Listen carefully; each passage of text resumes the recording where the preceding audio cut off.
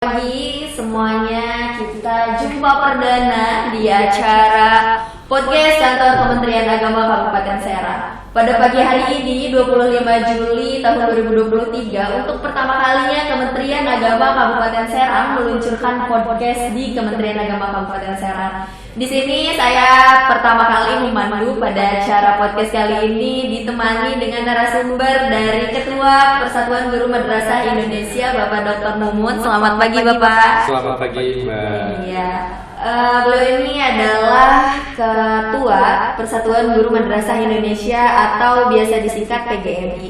Ya, mungkin Bapak Mumun bisa dijelaskan terlebih dahulu dari perkenalan dulu ya, Pak ya.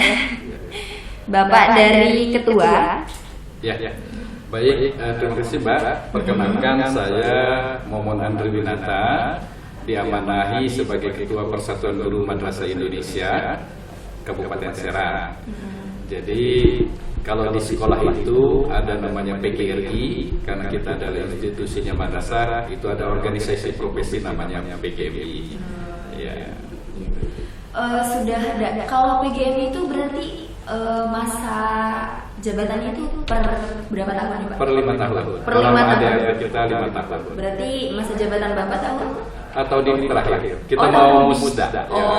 Mau ada pemilihan lagi di bulan Agustus, insya Allah. Jadi bulan ini mungkin bisa jadi adalah podcast pertama dan juga mungkin terakhir ya Pak ya, untuk mengisi di podcast Kementerian Agama ini. Kebetulan podcast Kementerian Agama Kabupaten Serang ini diperdanai oleh Bapak Mumun sebagai sekaligus pertama kalinya sebagai Ketua PGMI Kabupaten Serang, dan karena beliau akan mengakhiri jabatannya di bulan Agustus nanti, berarti ini adalah podcast terakhir ya, sepertinya.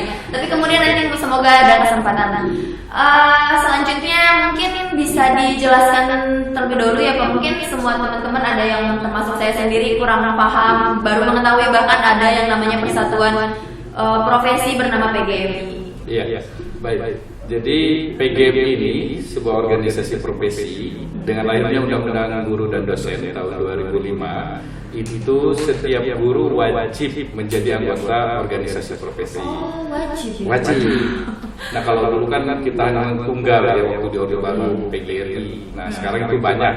Di sekolah aja ada PGRI, ada IGI, dan organisasi lainnya PGSMI. Kita di Kementerian Agama di Madrasah salah satunya ada PGMI. Nah, PGMI ini sebagai wadah, ya, tadi organisasi profesi, tujuannya ya memperjuangkan hak-hak termasuk aspirasi dari guru itu. Nah, visi dari organisasi PGMI ini adalah bagaimana terwujudnya ya, guru yang sejahtera, guru yang profesional, bermartabat dan Islami. Artinya ibarat peribahasa bahwa guru itu kan yang ditiru dan yang ditiru. Iya, maka kita berharap visi itu dapat diwujudkan bersama PGMI. Bersama PGMI. Ini lagi ya persatuan, tapi ternyata ini informasi baru juga ya pemirsa, bahwa PGMI itu diwajibkan untuk seluruh guru untuk mengikuti PMIPG, organisasi profesi ini. Mungkin kalau dari program itu Pak, program-programnya apakah memang disinergitaskan dengan pendidikan dan juga maksudnya terkait dari madrasah-madrasahnya, atau hanya fokus kepada gurunya saja itu Pak, terkait program pembentukan programnya seperti apa Pak? Iya, karena ini organisasi profesi guru, sebelumnya kita ini kan anggota PGMI itu bisa jadi dari guru Rodotul Anfal yang berada di Kementerian Agama, lalu Madrasah Ibtidaiyah, guru MTS, Sanawiyah, guru Aliyah, bahkan guru atau ustadz di pondok pesantren pun itu dalam ART kita termasuk dalam anggota PGMI. Nah, kalau yang pendidikan formal saja kita hampir 7.000 lebih anggota kita di Kabupaten Serang, 7.652 gitu. Jadi cukup lumayan banyak, dan memang kita di guru madrasah ini kan berbeda dengan guru di sekolah. Kalau di PGRI itu rata banyak PNS, karena anggotanya kan banyak guru SD. Ya, guru-guru waktu tadi SD itu ya banyak PNS. Dan itu dikarenakan kan sekolah itu banyaknya negeri. berbeda dengan madrasah gitu ya. Kalau SD itu kan di kecamatan hampir Iya, SDN hampir semua. seluruh SDN. Iya.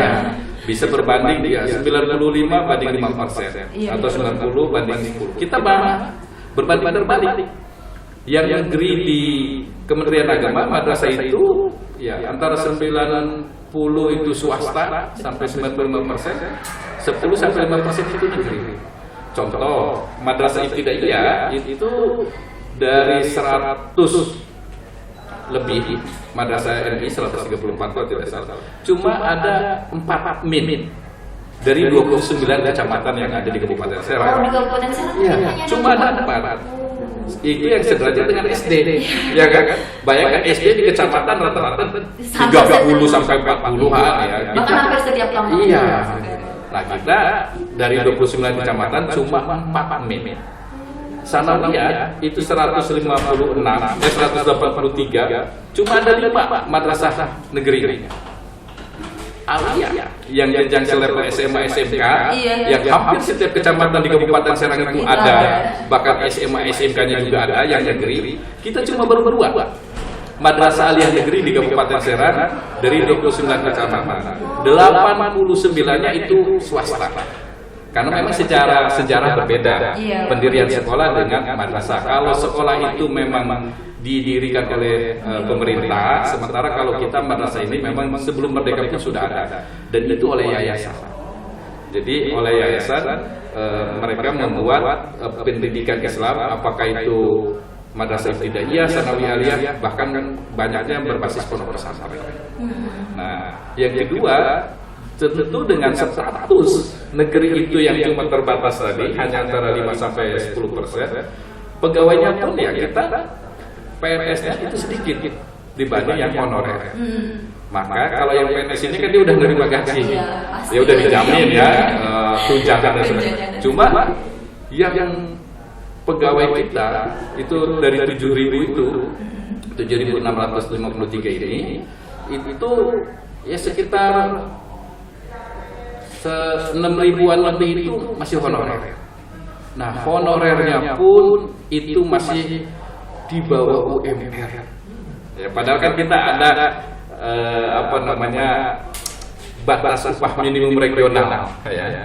Kalau misalnya di perusahaan kan patokannya UMR. Tapi kalau guru madrasah ini ya dalam tanda kutip masih belum sejahtera atau belum sebatas UMR itu. Ada guru madrasah di kita dapat honor ya kalau gaji terlalu kita tidak patut lah disebutnya, cuma 300.000 per bulan, 500.000. Berbeda dengan kalau PNS kan udah di atas UMR. Dan itu pun yang agak mirisnya dibayarnya tidak tiap bulan. Ya kadang kalau di swasta itu nunggu bos cair. Jadi ada bos namanya bantuan operasional sekolah itu baru dia di-repair.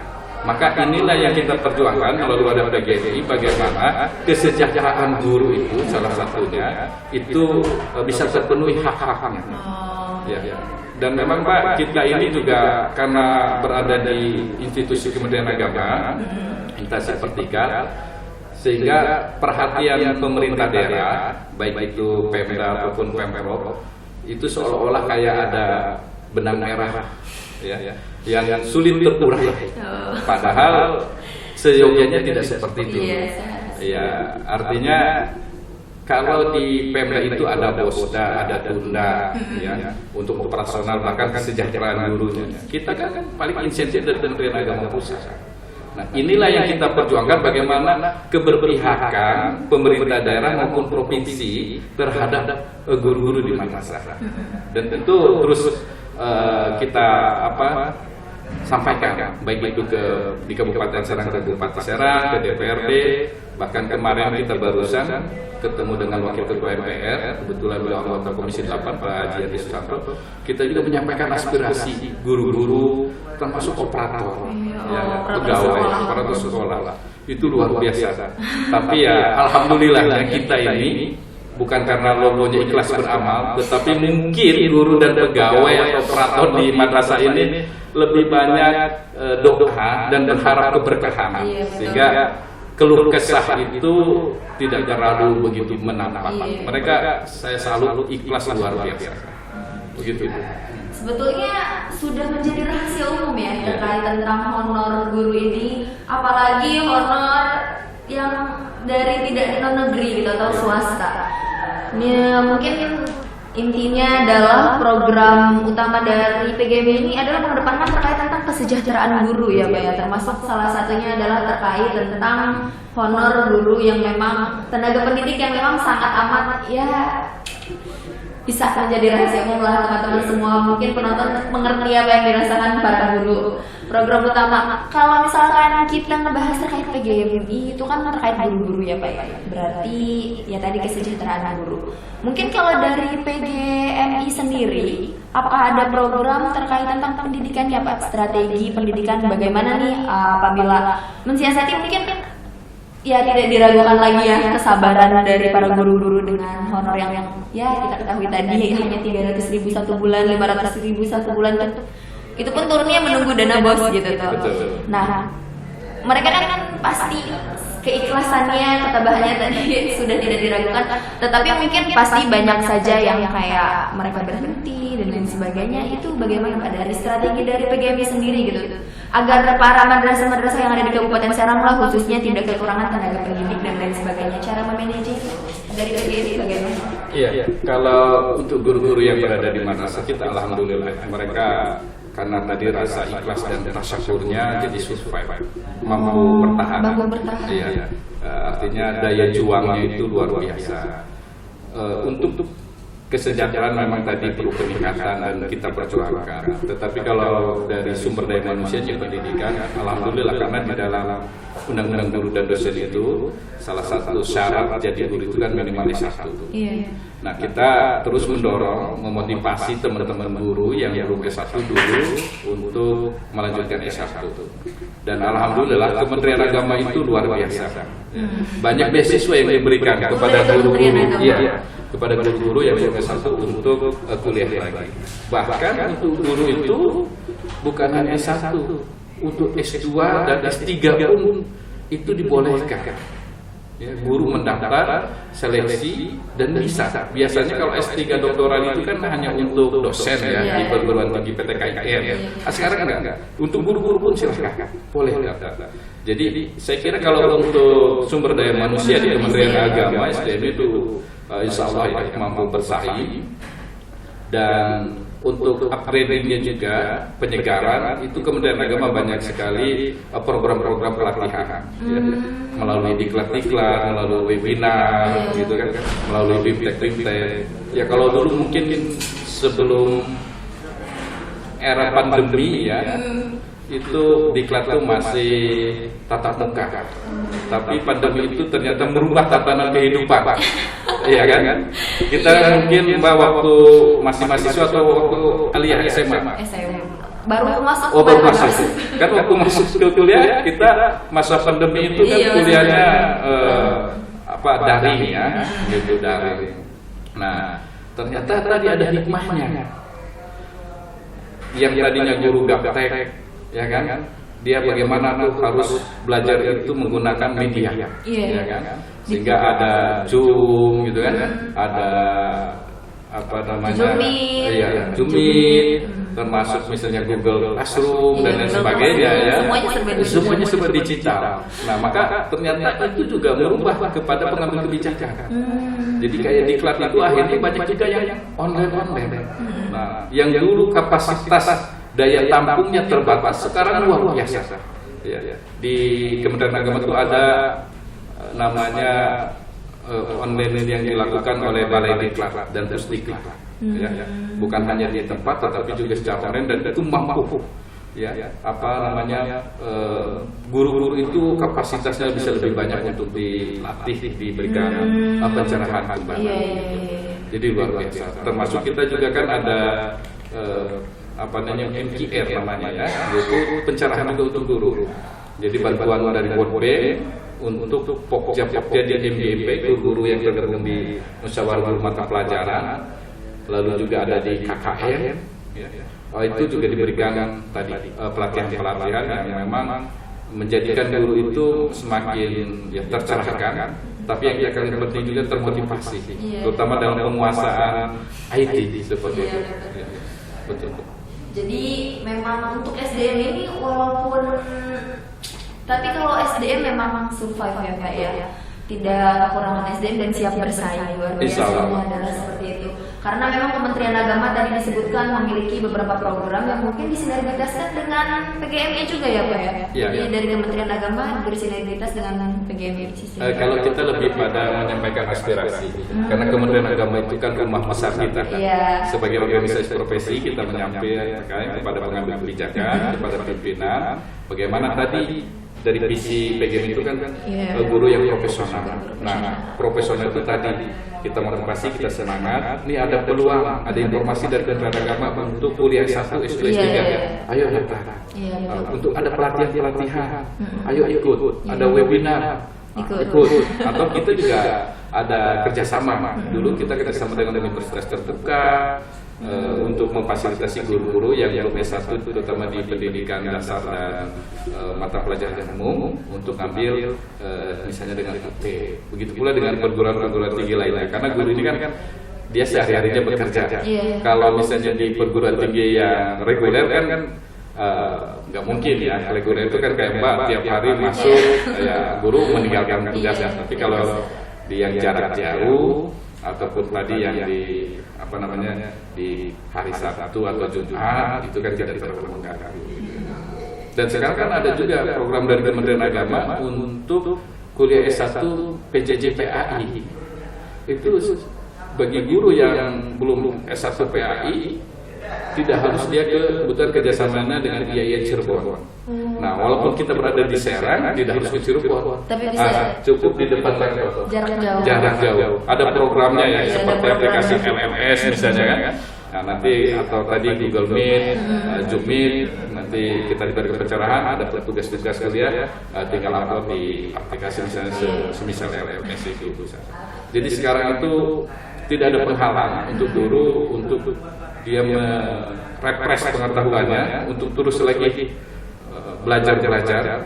Karena kalau kita puas dengan kondisi ilmu yang kita miliki sekarang, anak-anak kita sekarang ini kan bisa jadi dia lebih pintar.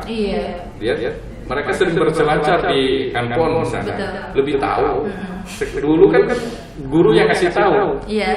Sekarang anak-anak sekarang kalau ada tugas PR pasti dia tanyanya ke Google.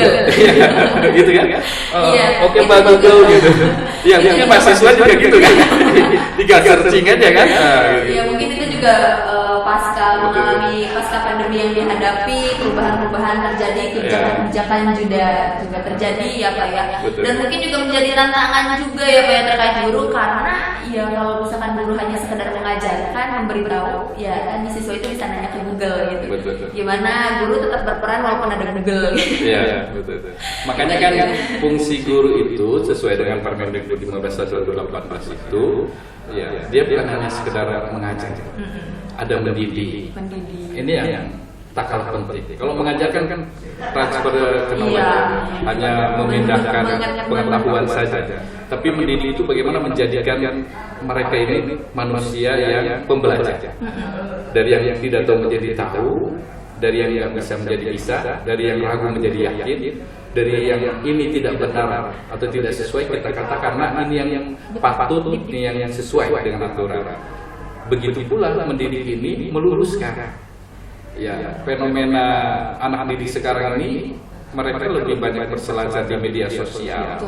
Interaksi itu jarang dengan sesama manusia. Kalau kita waktu kecil ya main, ya kan, main ada namanya benteng-bentengan, gitu aja. Main kalau karet, kalau perempuan, coba anak sekarang di sekolah itu jarang ya, gitu. Apalagi kalau sekolahnya misalnya tidak melarang membawa handphone, wah itu bermain.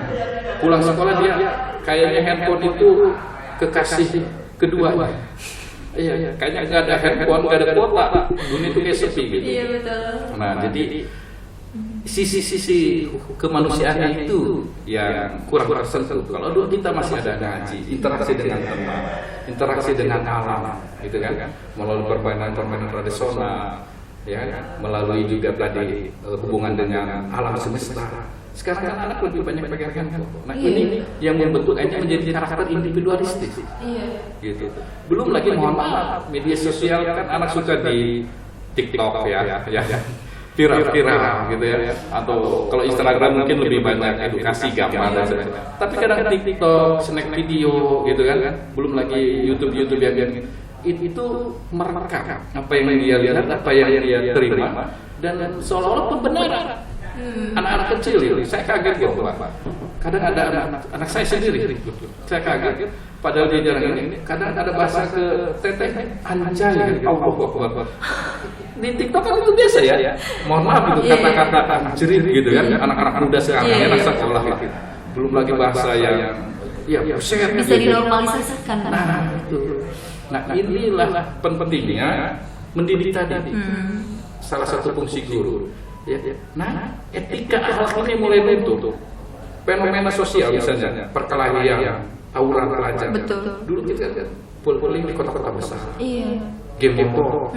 Di Serang kan kita juga, ya.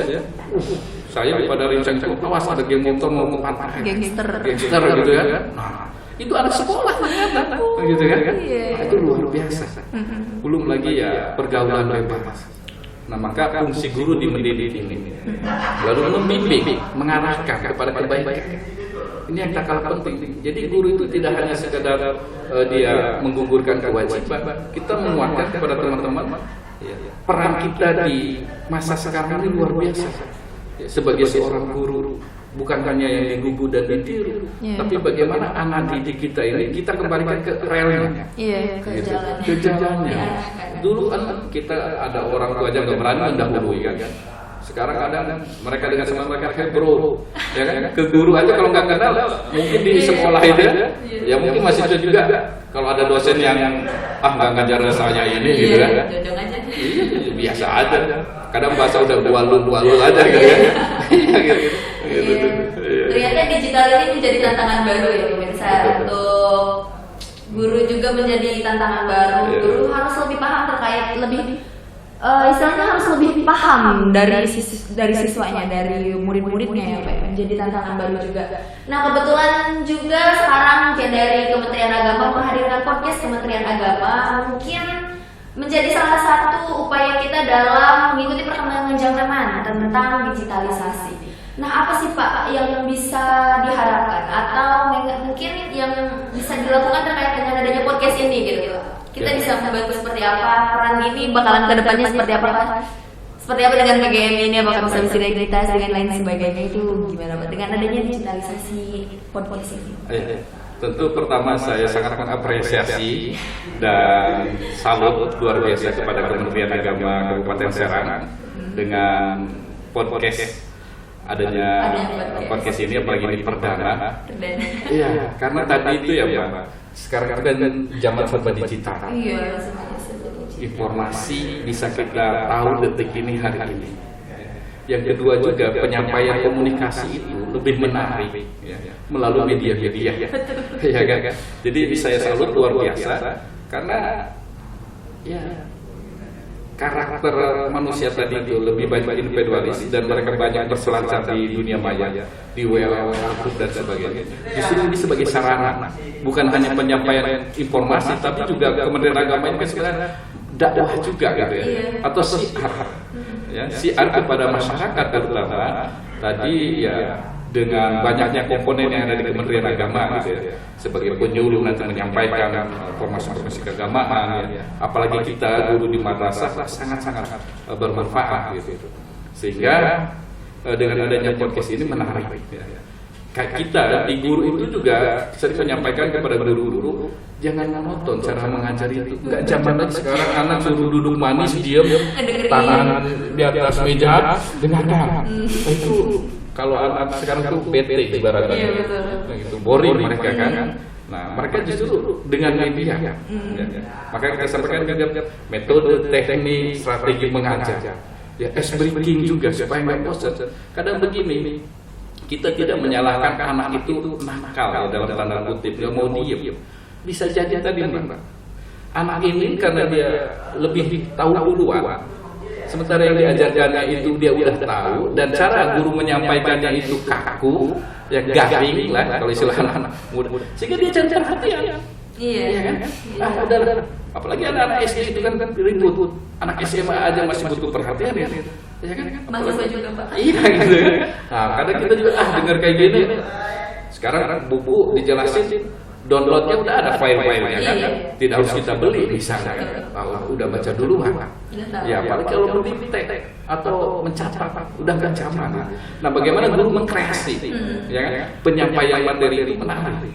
Ya apakah menggunakan media ya kan, atau tadi ada cuplikan video, atau tadi model-model pembelajaran gitu. Nah ini harus betul-betul diterapkan sehingga anak-anak itu semangat di dalam menyerap ilmu. Guru itu sebenarnya sekedar fasilitator sekarang, bukan sumber ilmu. Sumber ilmu udah banyak. Ya, dengan menggunakan handphone aja itu bisa muat ya referensi-referensi yang terkait ilmu pengetahuan. Kita hanya menyampaikan, memotivasi supaya mereka bisa belajar. Ya, maka dengan adanya media podcast ini, ya kan saling berbagi kita, saling berbagi informasi, kreasi, dan memang anak-anak sekarang ini suka dengan media-media sosial. Maka saya ke guru juga, nggak apa-apa, silakan gunakan media TikTok dalam belajar. Betul. Bagus gitu, ya kan? Supaya menarik, bikin TikTok anak-anak, ya, tapi sesuai dengan media pembelajaran. Seperti itu. Ya kan? Kemarin yang viral misalnya kan di TikTok atau snack video itu, ketika ada siswa atau mahasiswa libur suruh membuat cerita laporan ketika libur. Ya kan? Halo, saya Pina, mahasiswa, misalnya Banten, alhamdulillah aktivitas saya jam 4 sudah bangun, saya tahajud dulu gitu, sambil menunggu subuh, saya tilawah alhamdulillah dapat 1 juz, misalnya. Itu diterapin, karena model sekarang itu yang dicari itu yang viral-viral itu oleh anak didik kita gitu. Maka tadi kita jangan menuruti mereka apa yang seperti kita inginkan. Harus terbalik urusnya. Ya, zaman bapak dulu misalnya, jangan dulu enggak gini, kamu enggak gini, enggak bisa. Kita harus mengikuti dunia mereka. Kita harus masuk ke dunia mereka. Ya, anak sekarang itu karena mereka sedang medsos, pengen ya kan? Pembelajaran itu supaya gak monoton, ya ada esprit, model pengajaran segini gitu ya. Apalagi tadi dia senang loh. Suruh berekspresi itu anak-anak sekarang daripada suruh duduk diam mendengarkan udah bosan. Dan dalam teori pembelajaran juga ketika orang mendengar itu hanya 10-15 menit pertama saja itu 70% dia tangkap. Udah 20 menit ke sana hanya sekitar 50%. Lebih dari 30 menit paling 20%.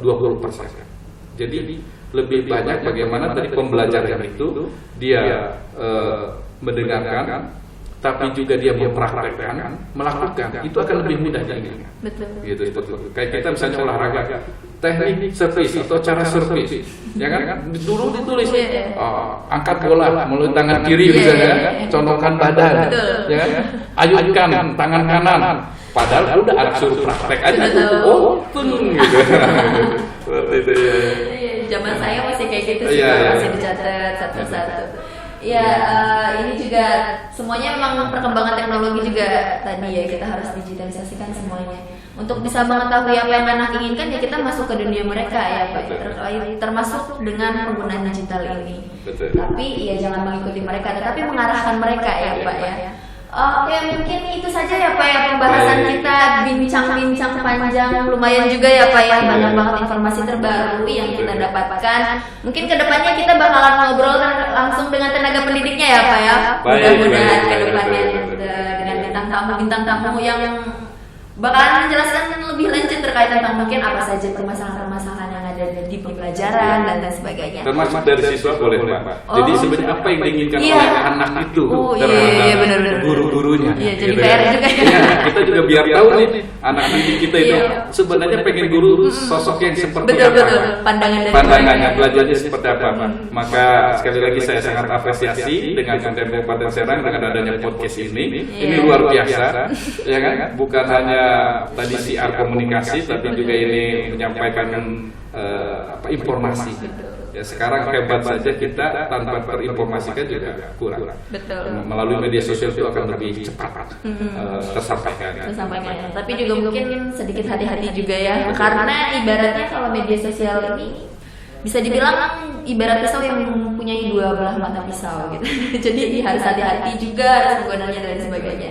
Mungkin tadi kita bakalan jumpa lagi dengan narasumber-narasumber lain yang tentunya bakalan membahas terkait lebih jauh tentang pendidikan-pendidikan yang ada khususnya di Kabupaten Serang ini. Mungkin terakhir ada closing statement Pak dari Bapak, disilahkan. Baik. Terima kasih Mbak. Jadi podcast ini sebagai sarana silaturahmi, penyampaian informasi, maka jadikan media sosial itu secara bijak. Artinya bukan HP itu haram, ya kan? Atau Facebook, Twitter itu haram atau neraka. Itu tadi ibarat dua sisi mata pisau. Surga dan neraka. Tadi kata Mbak bagaimana cara kita menggunakannya, bagaimana kita cara memahaminya. Jadi bijak dalam bermedia sosial itu sangat penting, dan tentu bijak itu harus sesuai dengan tatanan aturan kenegaraan, tidak berbeda apalagi bertentangan dengan Undang-Undang Dasar, dengan Pancasila, dan tentu kita saling menghargai dan menghormati. Jadi jangan sampai ada saling membenci, saling menghina gara-gara perbedaan. Jadikan media sosial itu justru sebagai persatuan umat dan bangsa dan negara. Terima kasih. Siap. Mungkin itu tadi terkait pembahasan kita pada episode pertama perdana kali podcast Kementerian Agama Kabupaten Serang bersama dengan Ketua PGMI Kabupaten Serang Bapak Dr. Bapak Dr. Mumun, terima kasih banyak atas waktunya. Kita akan jumpa lagi bersama narasumber terbaru yang mungkin akan membahas lebih jauh terkait dengan pendidikan dan seputar Kementerian Agama, informasi-informasi lain dan sebagainya. Saya pamit undur diri, sampai jumpa di episode podcast selanjutnya. Assalamualaikum warahmatullahi wabarakatuh.